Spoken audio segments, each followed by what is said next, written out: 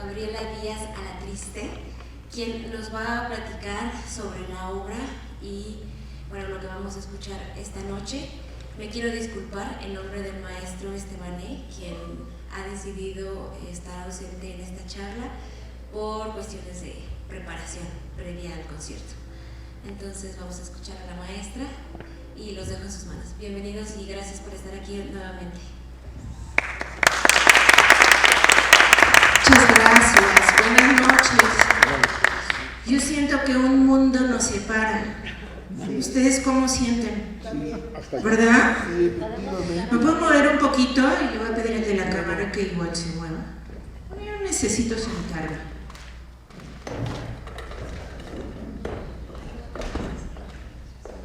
Está muy bonito aquí. Bueno, pues aquí, ¿será? ¿Aquí? Aquí. Pues que se vea que la OSU. ¿Qué tal aquí? Bien, muy bien. Más cercanos, ¿no? Por supuesto. ¿Cómo están? Muy bien. Qué bueno que vinieron. Me da gusto. Pues el programa va a estar súper bonito. Vamos a tocar en la primera parte Mozart, dos compositores. En la primera parte Mozart, segunda parte Grieg, Edvard Grieg. Y de la primera parte vamos a tocar la obertura La Clemenza de Tito. Es una obertura que compuso ya muy tarde en su vida, es decir, al final de su vida. Y tiene la particularidad, Mozart escribió mucha ópera y era un gran escritor de ópera. Era un gran escritor de ópera porque entendía perfectamente a las personas y a los seres humanos. Entonces escribía mucho, perfectamente las emociones de los personajes de sus óperas. Y es mucho drama. A diferencia de las otras óperas, en esta ópera, y sobre todo la obertura, no es así. La obertura es una pieza celebratoria para la coronación de Leopoldo II. Es una pieza noble, es una pieza pues nada más en celebración, así como una marcha solemne, bonita, brillante, pero no tiene nada que ver con la ópera, que habla de la Clemenza de Tito, que en este momento no importa, no tiene que ver con la ópera, con la trama de la ópera. Y bueno, es una obertura que se toca en concierto muchas veces, cualquiera se puede tocar, pero esta pues con mucha mayor razón. Así que bueno, es muy particular de la música de la grandiosa, diría yo, música de Mozart. Después vamos a tocar el concierto para violín, escribió 5 de ellos y vamos a tocar el quinto. El concierto está en la mayor, tiene como normalmente los conciertos 3 movimientos, un allegro, un movimiento más lírico al centro y un rondó que era muy común escribir un rondó para el tercer movimiento. El rondó se llama rondó porque es como es algo que recurre, que repite como una rueda, y efectivamente es un primer tema que se escucha y luego viene una parte un poco diferente y luego vuelve el rondó, luego una parte diferente, luego el rondó otra vez y así. Es muy particular el concierto, muy atractivo también. Bueno, tiene como algunas particularidades. Primero empieza con una introducción, como muchos conciertos, pero empieza la orquesta sola, termina la introducción y entonces empieza un adagio, y eso es como muy fuera de lo común. Empieza el solo, completamente solo, las 2 primeras notas, en movimiento lento, adagio, es parte de la introducción. Y una cosa muy contemplativa, muy hermosa, muy como reflexiva, pequeña, también con apenas la cuerda acompañando también. Termina esta pequeña introducción, esta parte, y entonces empieza el allegro, ya, empieza el tema principal también, y se desarrolla pues normalmente como un allegro como un primer movimiento de concierto. El segundo, como dije, es muy lírico, es muy bello, va la orquesta, el solista, la orquesta, el solista. Y el tercero también tiene otra particularidad, que tiene una parte Es un minueto, para empezar. Un minueto, que es una danza de la época barroca, una danza elegante, bella, no muy rápida en realidad, pero muy de la época. Y luego que es en tres, en metro de tres. 1, 2, 3, 1, 2, 3, 1. Y de repente en el centro hay una parte que es como, dice, a la turca, bueno, se le conoce como el concierto turco, pero en realidad es más del tipo húngaro, y húngaro de los gitanos, de la música gitana, de la música popular. Entonces, de la nada, cambia en medio del tercer movimiento, en dos, una cosa completamente diferente, un poquito más rápido, más viva. Y otra particularidad también es que los chelos y los bajos tienen una indicación en la partitura que dice tocar con el arco al revés, es decir, en lugar con la cerda, con el leño, con la parte de la madera y como un poco lanzando el arco. Es un efecto auditivo muy especial que más adelante se va a usar muchísimo, pero en ese momento pues resulta así como, bueno, así como de shock, fantástico, realmente da un efecto fantástico, ¿no? Y bueno, pues eso es muy particular de este concierto, que tiene en medio de ese tercer movimiento esta introducción. El concierto tiene sus cadenzas, como los conciertos normalmente tienen la cadenza, que es donde el solista se luce absolutamente solo y muchas veces improvisa, o a veces utiliza alguna cadenza famosa de algún violinista famoso que le escribió para el concierto. Así que tiene varias de estos pedacitos de cadenza donde el solista toca solo y bueno, pues ya está. Es un concierto muy muy popular entre los conciertos de Mozart y, como les digo, pues es una belleza. Y luego, en la segunda parte, la música de Peer Gynt, que es la música que Grieg escribió para la obra maestra del escritor noruego Ibsen, Henrik Ibsen, con el mismo nombre, Peer Gynt. Y entonces le pidió a Grieg si podía escribir la música para esta, pues no exactamente una puesta en escena, porque no era para puesta en escena, para ser leída, pero es una obra que tiene un poco de este drama, ¿no? Y bueno, y Grieg escribió la música para esta obra del mismo nombre. Y escribe muchos pedazos, pues que son para evocar la trama de la obra de Ibsen. Peer Gynt es un personaje impresentable. ¿Alguien ha leído la obra? No. Bueno, es un personaje impresentable, pero como cualquier personaje impresentable de cualquier época o de cualquier país o de cualquier parte del mundo. Es impresentable porque es un joven que lo único que quiere es hacerse rico a costa de lo que sea y de quien sea, y tiene malas maneras y hace pues cosas muy atroces, como, bueno, no tan atroces, no mata a nadie, pero por ejemplo, pues engaña, es un tipo de Don Juan, una especie de Don Juan. Engaña a las mujeres con las que primero se interesa y quiere, pues, supuestamente tener algo. Con la primera que se enamora es Solveig, y aparentemente ella no le hace mucho caso cuando la conoce. Pero en una boda, por ejemplo, yendo a la boda de un amigo, pues se lleva a la novia de la boda, se la roba, se la lleva, y luego la abandona por ahí, ¿no? Después de haber quizá abusado de ella, ¿no? La abandona por ahí, la engaña, la abandona. También luego hace otras cosas como ir al donde está el rey de la montaña, por ejemplo, y también seducir a su hija, donde están los troles y esto, pero después arrepentido porque no se quiere convertir en troll, en duende o no sé qué, también le engaña y también la deja y también la abandona.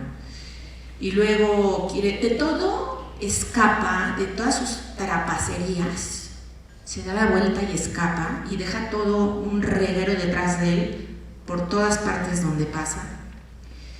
Y luego en otra parte escapa en barco, le agarra una tormenta fuerte y se salva, pero a costa de una familia entera, o sea, salva su vida a costa de que una familia entera muera. Y bueno, finalmente el diablo lo encuentra y lo quiere fundir su alma con los metales preciosos. Y a menos de que le demuestre que él ha sido él mismo, que es él mismo, pues es lo que piensa hacer el diablo, ¿no? Y entonces él trata de decir que sí, que tiene todos sus pecados y que ha hecho muchas cosas malas y que sí ha sido él mismo. Finalmente, por el amor de Solveig, pues es redimido, ¿no? Ella lo perdona y sí dice sí era tal por cual, pero lo perdona. Bueno, es un poquito a grandes rasgos la historia de que va, y como les digo, es un impresentable cualquiera, ¿no? Es una persona que hace muchas cosas de las que luego pues no quiere tomar responsabilidad y bueno, en fin. Y la música que hoy vamos a escuchar tiene que ver con algunas de estas partes. Algunas digo porque Grieg hizo para los conciertos y para la sala de conciertos hizo 2 sets con música de esta obra larga. Entonces escogió 4 partes para una suite y 4 partes para otra suite. Y en realidad las partes de las 2 suites que vamos a tocar hoy, que son la música más conocida de esta obra, no están en ningún orden cronológico. Sin embargo, su título, el título de cada uno de los movimientos, sí tiene que ver totalmente con la obra y con lo que está pasando.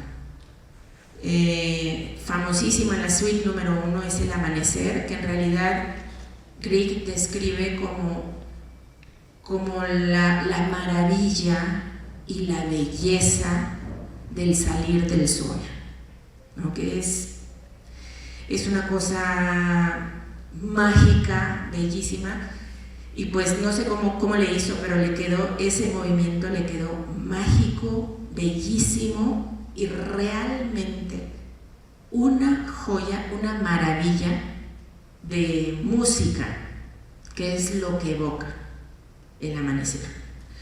Y tiene otras como La muerte de la madre, La muerte de Ace, su madre, pues que es una cosa muy fúnebre, muy triste, y también tiene una danza, la danza de Anitra, que es, y también lo del Rey de la Montaña en la Gruta del Rey de la Montaña, en la Gruta del Rey de la Montaña, que es conocidísimo porque se ha utilizado para muchísimas películas, y es una pieza muy famosa, que es el final de la primera suite. La segunda suite no se toca tanto, pero en ella está algo que es muy bello, y es como la desolación de Ingrid, a quien abandona, a quien enamora, se la lleva y luego la abandona.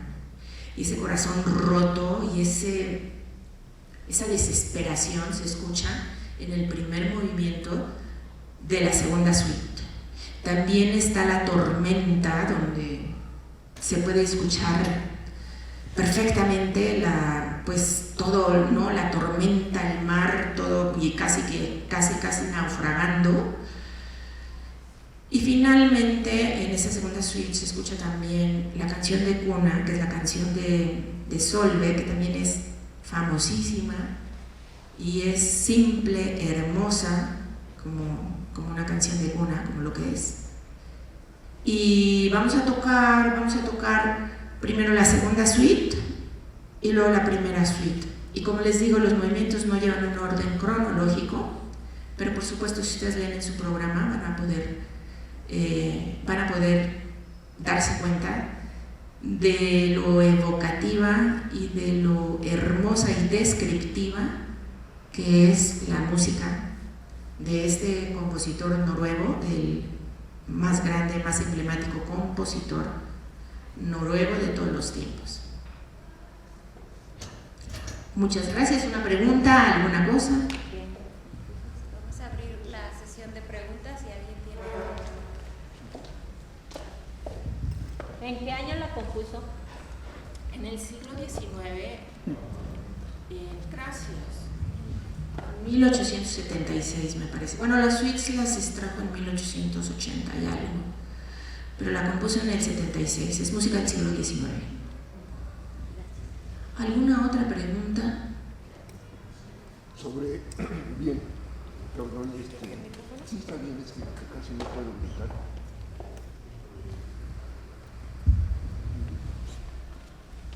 Sobre Mozart, es el quinto concierto que se va a tocar, y es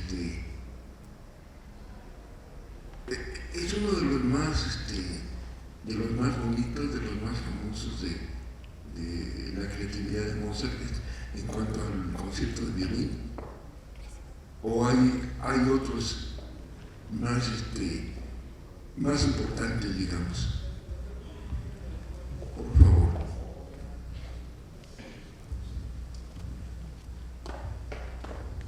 Gracias, muy amable. Pues en realidad no diría yo que es el más importante, porque escribió tantísima música de tanta genialidad, que pues en realidad escribió 5, el cuarto es muy famoso, el tercero. Hay unos que se tocan más y que se tocan menos, hay unos que son más como sustanciosos, más sustanciales, más grandes, y este definitivamente es uno de ellos, de los conciertos para violín. Pero en realidad es mucho cuestión de gustos, a lo que cada quien le gusta y a quien le gusta más sus óperas, sus conciertos de violín, sus conciertos de piano, ¿verdad? Son una belleza, su música para piano, en fin. Así que sí, diría no es el más importante, pero definitivamente es un concierto en el repertorio del violín, sí es un concierto muy importante.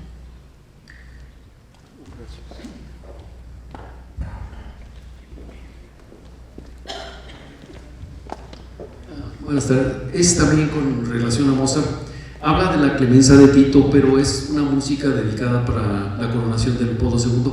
¿Cuál es la relación de las dos instancias? Perdón, ¿te repite la pregunta? Sí, es la clemencia de Tito, pero es pues para la coronación de Leopoldo II donde la usan. ¿Por qué relaciona esas dos partes?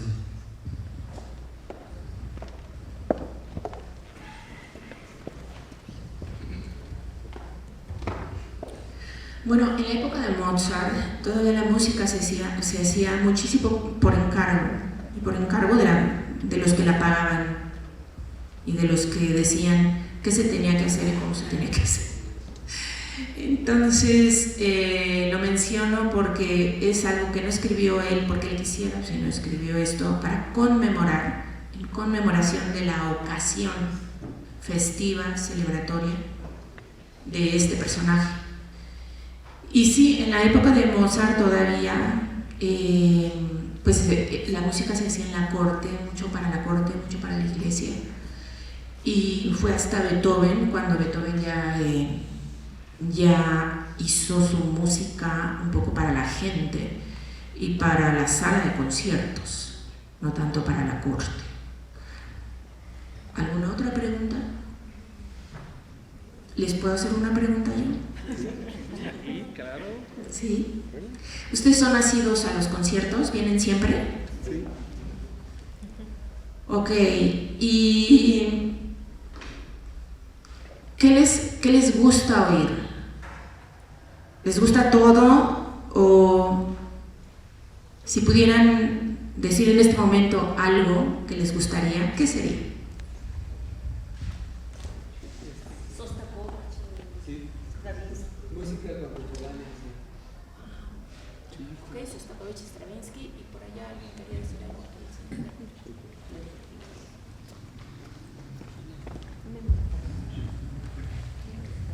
Yo soy un fanático de los conciertos, creo que vengo a más conciertos. Yo le decía al anterior director, a Roberto, yo vengo a más conciertos que tú, ¿verdad? Porque pues él iba a llegar, o igual le puedo decir a Juan Carlos, ¿no?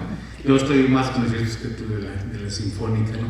Y para mí es fascinante todo, ¿no? O sea, realmente decir Mozart, decir esto, claro, tengo mis favoritos, y mi favorito es el concierto número 1, el concierto para violín y orquesta de Tchaikovsky, que fue el que me hizo que me enamorara de la música clásica. Yo en 1978, 78 o 79, en 79, cuando se hizo la original Filarmónica de las Américas, la que hizo Margarita López Portillo, compré yo, por apantallar a mi novia, compré un abono, y cuando llegamos a Luis Herrera de la Fuente, y no sé si fue Henrik Sess el que tocaron el concierto para el violín y orquesta de Tchaikovsky. Desde entonces estoy enamoradísimo de Tchaikovsky, no hay para mí un compositor que me llegue más, ¿no? Pero, sin embargo, Beethoven, obviamente la novena, ¿verdad?, que es fantástica, la tercera, la quinta, bueno, todo, el concierto para piano, el concierto para violín. Entonces, en general, cualquier cosa, yo vengo a un concierto, no he escuchado, creo que sí, ya he escuchado alguna vez esta suite, pero yo soy un fanático de lo que es la música en sí, porque es maravillosa. Bueno, está bien Stravinsky, pero si hablamos de Mozart, pues está la ópera, la flauta mágica, ¿no? Llena de simbolismo, llena de buena música y sobre todo repito, de muchos símbolos. Yo quisiera saber. Ustedes eran los que iban a hacer preguntas, pero yo quisiera hacer otra pregunta. ¿Ustedes creen que la música clásica, o la música de concierto, la música que toca la orquesta y todas las orquestas, es algo elitista? Francamente, con toda honestidad, ¿ustedes piensan que es algo elitista? No. ¿Alguien que tenga otra opinión me puede...? Se ha convertido en eso. Pienso que aquí en Guanajuato, particularmente hablo de Guanajuato, la verdad que quien no quiere acercarse a la música es porque no lo desea, pero creo que hablando particularmente de mi ciudad, la tenemos a la mano y eso es algo magnífico. Y algo que también quisiera mencionar es que a veces no se necesita necesariamente que sepas de música, sino que la sientas. Es como la poesía, no tienes que ser un escribano, no tienes que ser un erudito para que entiendas un poema, sino simplemente sentirlo, que permitas que te toque las fibras más sensibles de tu alma. Yo cada que vengo a un concierto, de verdad lo digo genuinamente, siento eso, que me toque el alma. Y sí, a ver, una cosa. No, simplemente comentar pues de que le falta difusión popular a la música clásica. Okay. Hay un grupo que son asiduos a los conciertos y a escuchar música, pero falta un esfuerzo institucional para divulgar la música clásica y además pues tiene un costo, que es barato. Bueno, ahora hemos tenido una temporada en el Teatro Juárez que es un poco más caro que aquí, para personas adultas ya vale 50 pesos, que es accesible, no 50, pero en el Teatro Juárez vale 214 pesos la entrada, entonces ya están ahí haciendo una criba, ¿no? Entonces no pueden. Y pero básicamente falta difusión cultural, falta promoción musical porque no se conoce, pues entonces sí, como que somos los mismos los que disfrutamos esta música, sin decir que somos una élite, pero sí falta mucha difusión. Sí, claro.